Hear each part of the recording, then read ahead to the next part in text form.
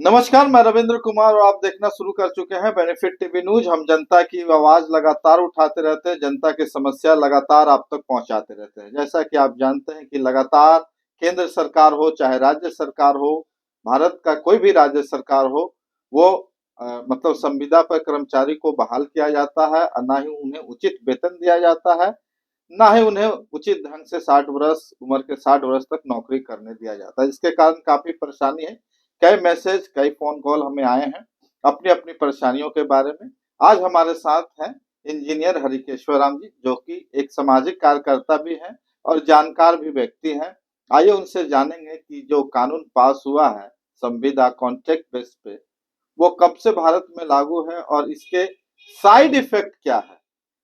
और दूसरा सवाल इनसे ये रहेगा कि क्या संविदा पे काम करने वाले लोगों का अधिकार क्या है, वह किस तरह से अपने जो जिनके अंडर जिस कंपनी के अंदर काम कर रहे हैं या सरकार के अंदर काम कर रहे हैं, तो उनका अधिकार क्या होता है।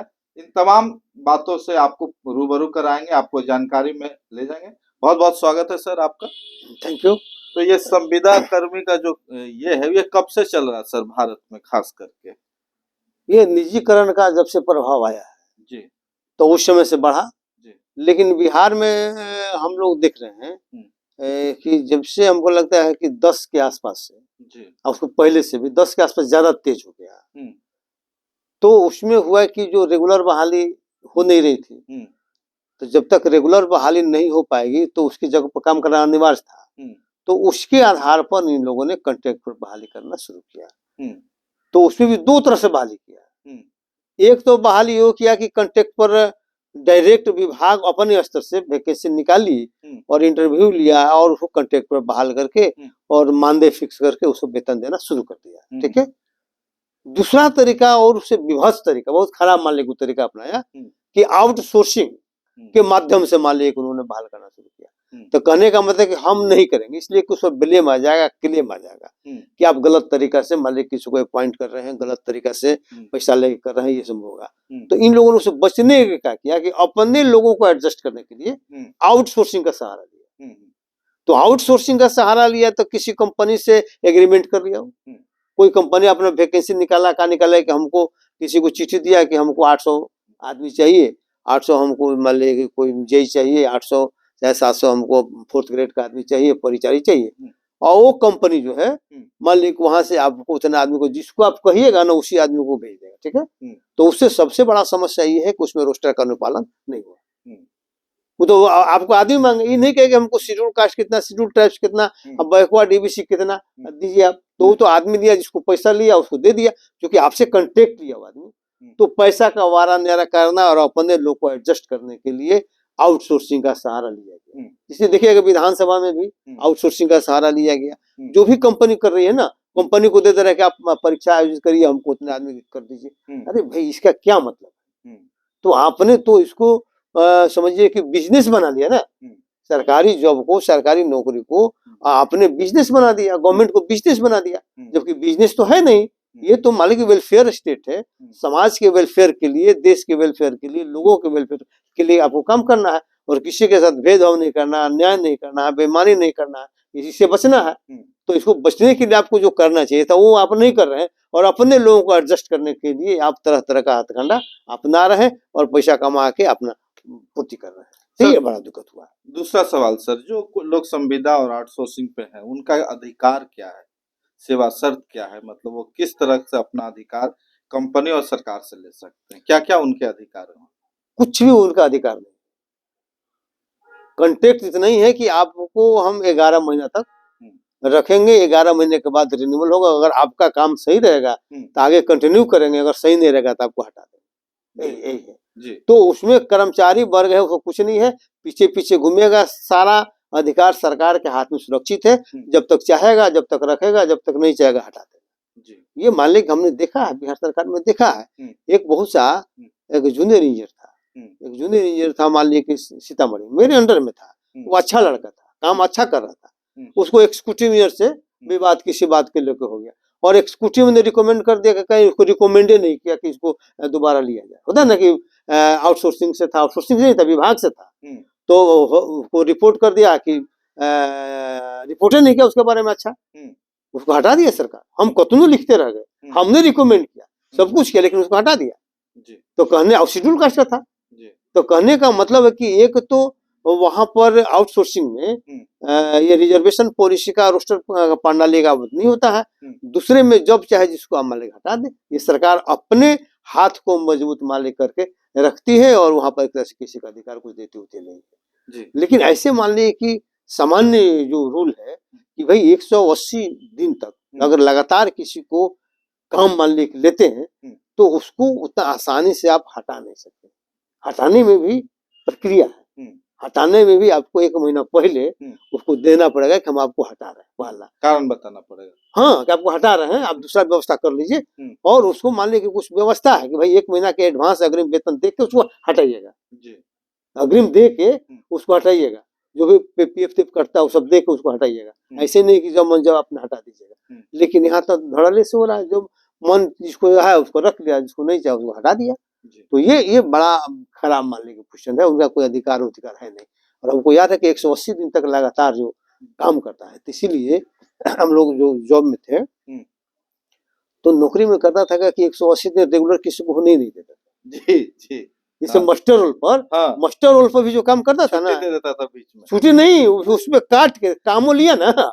तो व्यवहारिक ये था कि अगर 30 दिन मान लो 31 दिन काम किया ना, तो 4 दिन छुट्टी जो है उसको काट दिया, 4 दिन ही काम किया। जबकि रूल दूसरा था, आपको तो ऐसे भी छुट्टी उसको देना सप्ताह में, तो उसी को काट के 2 दिन काट दिया, बीच में 2 दिन गैप कर दिया, कभी कभी कुछ गैप कर दिया, मतलब लगातार 180 दिन नहीं होती, ताकि रेगुलर होने का क्लेम नहीं करे।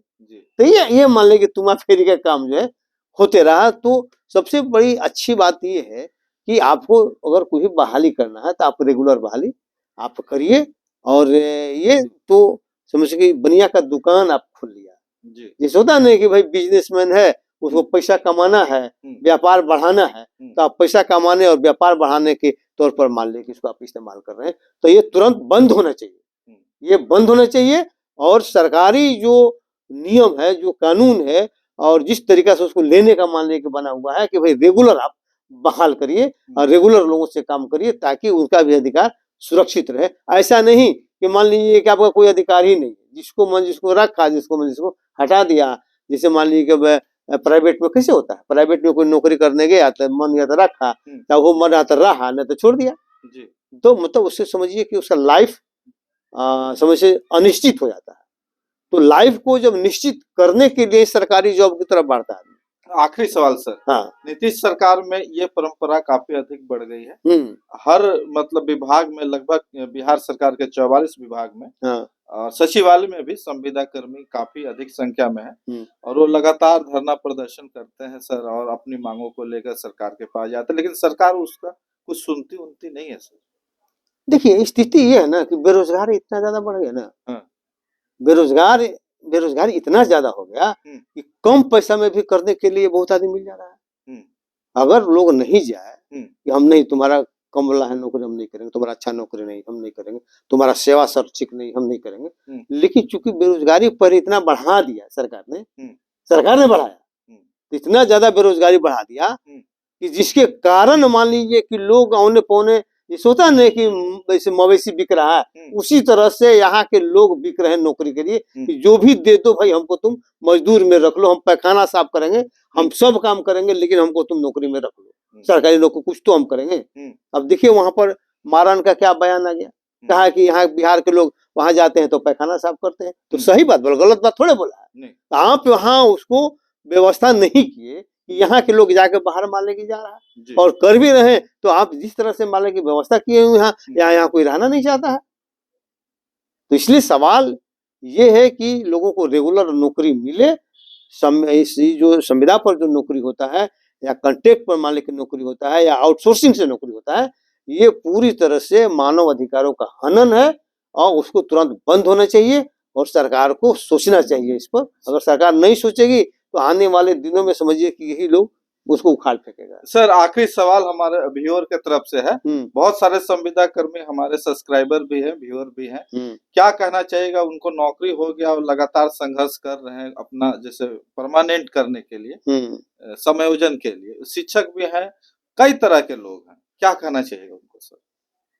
नहीं, अपना वो काम ड्यूटी बढ़िया से करें और संघर्ष करते रहें, और संघर्ष के मान ले कि मिलजुल कर संघर्ष का रास्ता आगे बढ़ाएं। और ये नहीं कि मान ले होता है ना कि टूट फूट किसी को हो गया तो उसके पीछे लटे के बढ़िया सरकार है, आप वोट देने के समय आप जाति के आधार पर वोट देने लगेगा। अभी सब विरोध में खड़ा है, अभी सब विरोध में सरकार के खड़ा है, लेकिन जैसे ही वोट देने का आएगा तो सब जाति में बढ़ जाएगा, समझे ना। तो ये सारा मुद्दा, सारा चीज फेल कर जाएगा। तो इन लोगों का है कि आप मुद्दा पर अड़े रहिए और सरकार से आप लड़ते रहिए और सरकार के खिलाफ चले जाइए चुनाव में, अगर मान ले कि आपका समाधान नहीं होता है तो। ऐसा नहीं कि आज विरोध कर रहे हैं या कल सरकार मान ले कि है तो जाति के आधार पर आप वोट देने लगेगा। तो इस चीज से बचना पड़ेगा। सही और सही को सही और गलत को गलत कहना होगा। ये जब तक लोग तैयार नहीं होगा तो आपको न्याय नहीं मिलेगा। चलिए, बहुत बहुत धन्यवाद। सर ने बहुत अच्छी बात बताई कि लगातार आपको संघर्ष करना पड़ेगा। आप मुद्दे पर डटे रहिए, आपको हक और अधिकार जरूर मिलेगा। चुनाव आते ही आप अपने आप को बदलिए मत। जिस स्टैंड पे हैं, जिस कार्य के लिए आप लड़ रहे हैं, उस पर लगातार फोकस करते रहिए। मैं Ravindra Kumar, benefit TV news Patna. अभी तक आप हमारे चैनल को सब्सक्राइब नहीं किए हैं तो जरूर सब्सक्राइब कर लें। अगर वीडियो अच्छा लगा तो ज्यादा से ज्यादा शेयर करें ताकि सरकार के कानों तक आपकी आवाज पहुंच सके। जय हिंद, जय भीम, जय भारत। चलिए।